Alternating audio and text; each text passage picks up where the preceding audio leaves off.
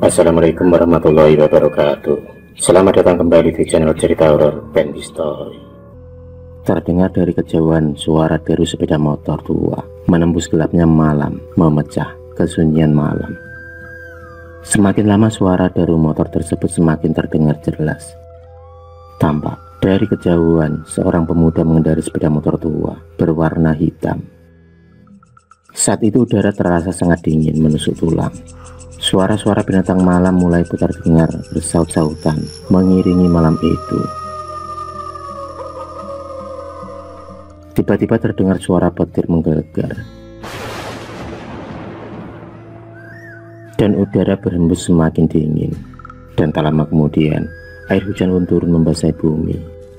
Semakin lama hujan semakin deras.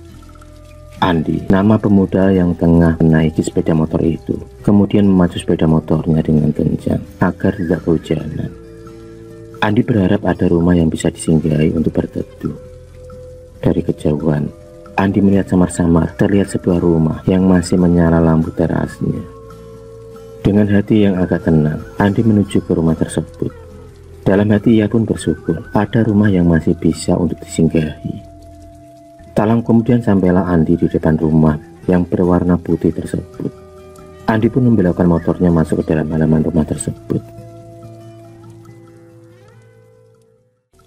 Andi segera turun dari motornya dan dia pun berjalan menuju ke teras rumah tersebut, berharap ada tuan rumah yang baik hati yang memperbolehkannya untuk sekedar singgah dan berteduh untuk sementara. Saat itu Andi tak berpikir macam-macam. Andi mendengar samar-samar di dalam rumah ada suara dua orang wanita yang sedang berbincang-bincang. Andi kemudian mengetuk pintu rumah tersebut.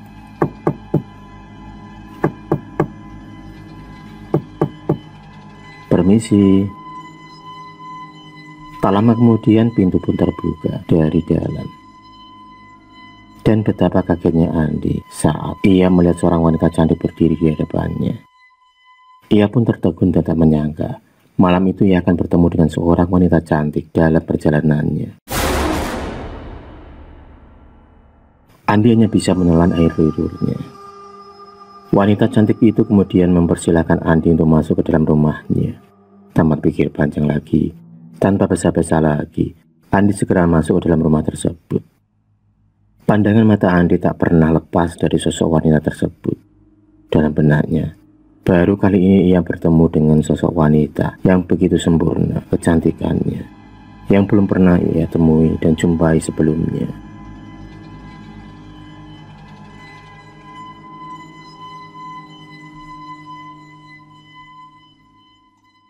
Wanita cantik itu mempersilahkan Andi untuk duduk santai di kursi ruang tamu. Sambil tersenyum, ia pun berjalan menuju ke belakang. Tak lama kemudian wanita tersebut pun kembali dengan membawa secangkir kopi hitam dan sepiring ubi rebus. Bau kopi yang sangat begitu menggoda terasa menusuk hidung Andi. Aroma kopi yang sudah pasti nikmat, apalagi yang membuat seorang wanita cantik yang tengah ada di hadapannya malam itu. Andi pun mengutarakan maksudnya yang hanya ingin singgah untuk menumpang berteduh dari guyuran hujan. Wanita tersebut hanya tersenyum dan memberikan tanda bahwa ia memperbolehkannya. Dengan secangkir kopi di tangan dan seorang wanita cantik di hadapannya membuat pikiran Andi kemana-mana. Mulailah pikiran-pikiran kotor mengisi otaknya. Tiba-tiba Andi ingin buang air kecil dan ia pun meminta wanita tersebut mengantarkannya untuk ke kamar mandi. Wanita cantik tersebut kemudian menunjukkan arah kamar mandi. Andi segera bergegas berjalan menuju kamar mandi, sedangkan wanita tersebut berjalan menuju ke sebuah kamar di dekat ruang tengah. Ia pun masuk ke dalam kamar tersebut. Tapi aneh, ia masuk tanpa membuka pintu kamar tersebut, alias menembus daun pintu kamar tersebut.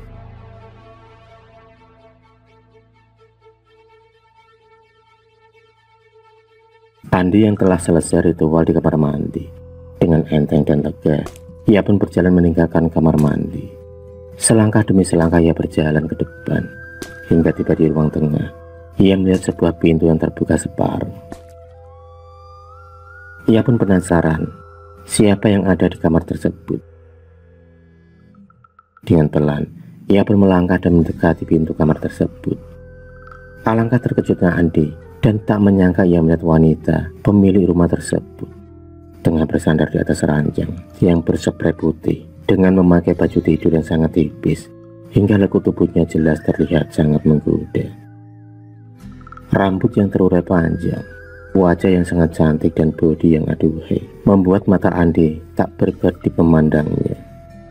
Tanpa disadari air liurnya pun menetes dari mulutnya. Dengan perasaan yang masih tak percaya, Andi pun terbengong sesaat. Dia pun tak bisa berkata apa-apa.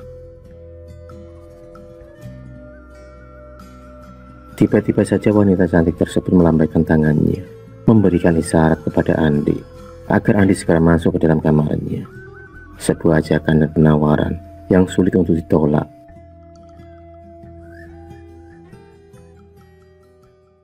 Seperti kena pelek, Andi pun langsung saja menyambut kode keras wanita cantik yang ada di hadapannya. Dia segera menghampiri wanita tersebut di atas ranjangnya. Kecantikan dan kemolekan tubuh wanita cantik tersebut sungguh sudah menghipnotis Andi. Di luar suara hujan masih terdengar deras. Udara malam yang dingin menambah suasana malam itu semakin syahdu untuk berduaan. Dengan iringan air hujan dan suara-suara binatang malam yang bersaut-sautan memecah kesunyian malam itu. Mereka berdua tenggelam dalam gelora yang membara. Pertemuan yang baru sesaat namun sudah menggetarkan hati Andi. Andi yang memang terkenal sering gonta-ganti pacar tersebut sudah tak canggung lagi untuk berduaan dengan wanita yang tengah bersamanya. Entah sudah berapa lama mereka memadu kasih di kamar tersebut. Andi sudah tidak memikirkan apa-apa. Yang ia pikirkan hanya menikmati malam tersebut bersama wanita tersebut dengan bersenang-senang.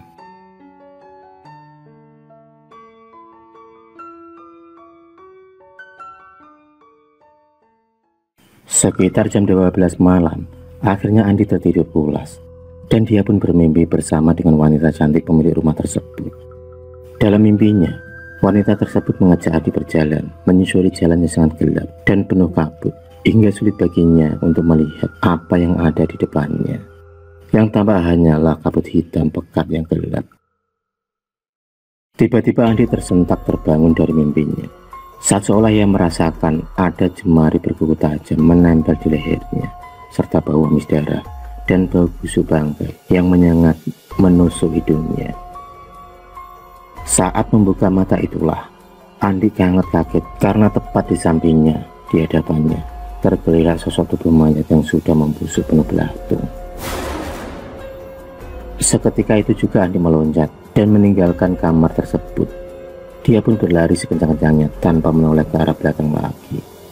Tubuh Andi gemetaran penuh keringat, dan dia pun membawa pakaian seadanya menuju ke arah motornya untuk bergegas pergi meninggalkan rumah horor tersebut. Sungguh, dia tak menyangka akan bertemu dengan hantu malam itu. Dan ternyata wanita tersebut sebenarnya adalah jelmaan dari hantu.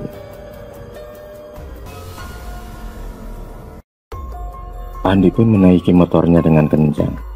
Dia meninggalkan rumah tersebut. Jalan malam mulai ditembusnya. Saat itu hujan mulai reda. Dengan ketakutan, Andi tetap memacu sepeda motornya. Beberapa saat kemudian sampailah Andi di sebuah warung kopi di pinggir jalan. Dan berhentilah dia untuk melepas rasa takut dan hausnya. Tampak di dalam warung tersebut beberapa orang warga yang masih ngopi di dalam warung. Andi pun kemudian memesan kopi hitam. Beberapa warga yang tengah ngopi melihat Andi agak kaget. "Mas, sampean dari mana? Kok malam-malam gini gak pakai baju? Ketakutan lagi," ucap Mang Dadang. "Iya Kang, tadi aku habis ketemu hantu Kang, di rumah putih di pinggir desa," ucap Andi. Mang Dadang yang mendengar jawaban dari Andi sempat kaget. Mang Dadang tahu betul sekali seluk-beluk dari cerita tentang rumah putih di pinggir desa yang sudah terkenal di kalangan para penduduk dari dulu hingga sekarang. Banyak cerita misteri yang terjadi di sekitar rumah tersebut.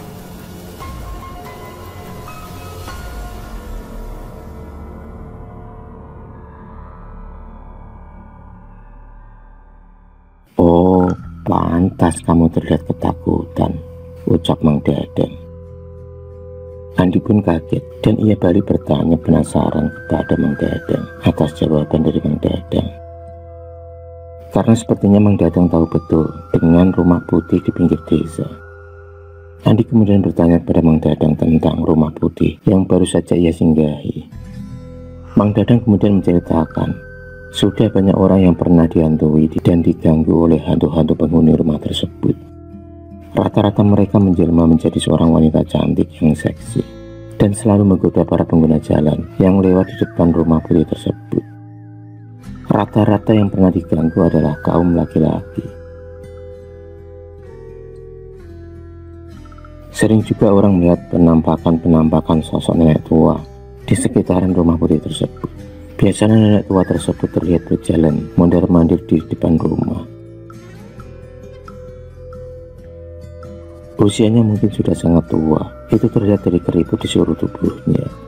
Ada juga penampakan seorang wanita muda seperti nona-nona Belanda yang kemudian tiba-tiba berubah menjadi sosok hantu yang menyeramkan, berwajah pucat dan penuh belatung.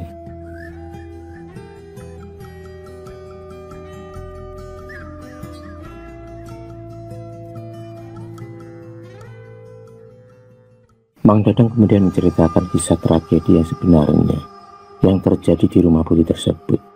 Hingga sampai sekarang, rumah tersebut disebut dengan rumah hantu. Cerita berawal dari seorang juragan perkebunan teh yang kaya raya yang ingin membangun rumah di pinggir desa. Rumah tersebut dibangun hanya untuk tempat singgahan saat liburan kerja.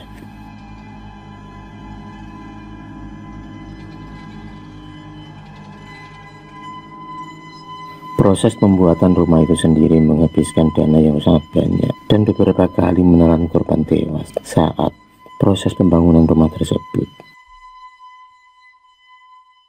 Beberapa korban meninggal dengan tragis, dan salah satunya adalah seorang nenek dan seorang pembantu wanita yang meninggal akibat tertimpa tembok bangunan yang tiba-tiba rubuh.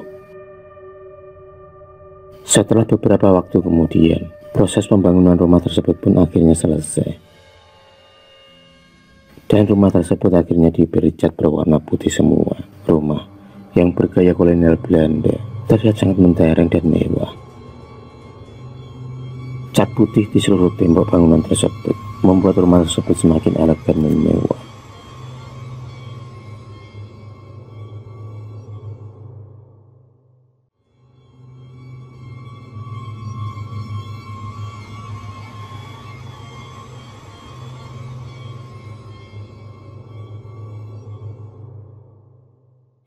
Juragan teh pemilik rumah tersebut bernama Pak Eko. Umurnya sekitar setengah baya, masih muda dan belum terlihat tua. Pak Eko memiliki anak perempuan yang sangat cantik. Sinta adalah nama dari anak Pak Eko yang baru berumur sekitar 19 tahun. Rumah putih tersebut hanya dibuat persinggahan, liburan bersama keluarga. 2 bulan sekali Pak Eko, istri dan anaknya akan selalu mampir ke tempat tersebut. Mereka menikmati liburan dengan santai beberapa hari, dan setelah itu mereka akan kembali pulang ke rumah mereka. Rumah yang jauh dari rumah penduduk membuat mereka tak banyak kenal dengan para penduduk.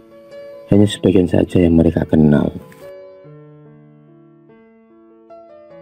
Hari berganti hari, dan waktu pun terus berjalan. Dan suatu hari, Sinta berpapasan dengan seorang pemuda dan menawan. Saat itu Sinta sudah berusia sekitar 21 tahun. Mereka berdua pun akhirnya berkenalan. Dan dari situlah akhirnya benih-benih cinta mereka berdua tumbuh dan berkembang. Bunga-bunga cinta mulai bersemi di antara mereka.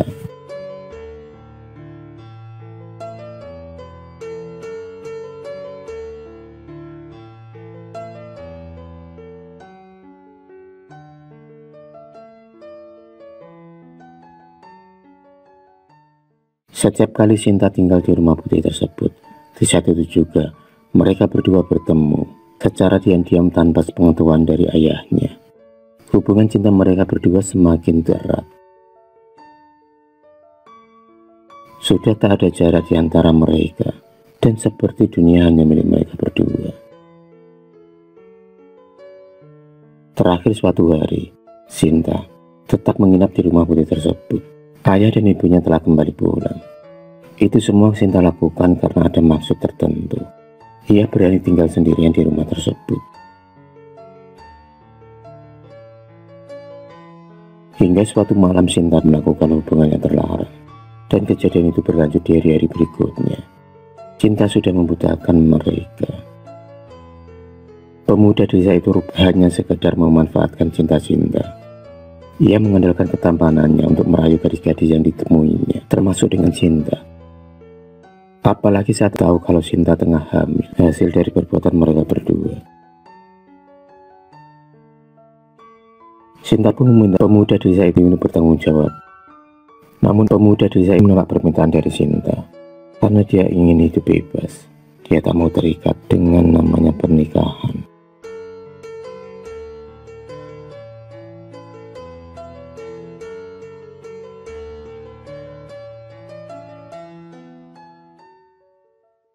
Sinta yang tengah hamil kini bingung. Sinta takut ayahnya nanti akan tahu semuanya. Setiap hari Sinta tambah murung dan sedih. Kini beban pikiran pun bertumbuk memenuhi isi otaknya. Antara sedih dan kecewa berkecamuk bercampur menjadi satu. Suatu malam, tragedi mengerikan itu pun terjadi. Sinta ditemukan meninggal gantung diri. Disinyalir Sinta stres dan bingung hingga memutuskan untuk mengakhiri hidupnya dengan cara seperti itu.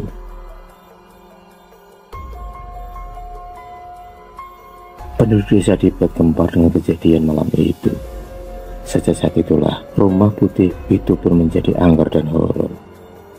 Sebab setelah itu Pak Eko, juragan Teddy dan keluarganya tak pernah lagi berkunjung ke rumah tersebut. Rumah tersebut dibiarkan terbengkalai begitu saja. Mereka sekeluarga trauma dengan kejadian yang menimpa anaknya. Hingga sekarang rumah tersebut dihuni oleh beberapa makhluk astral yang suka menggoda dan mengganggu orang-orang yang lewat di depan rumah tersebut.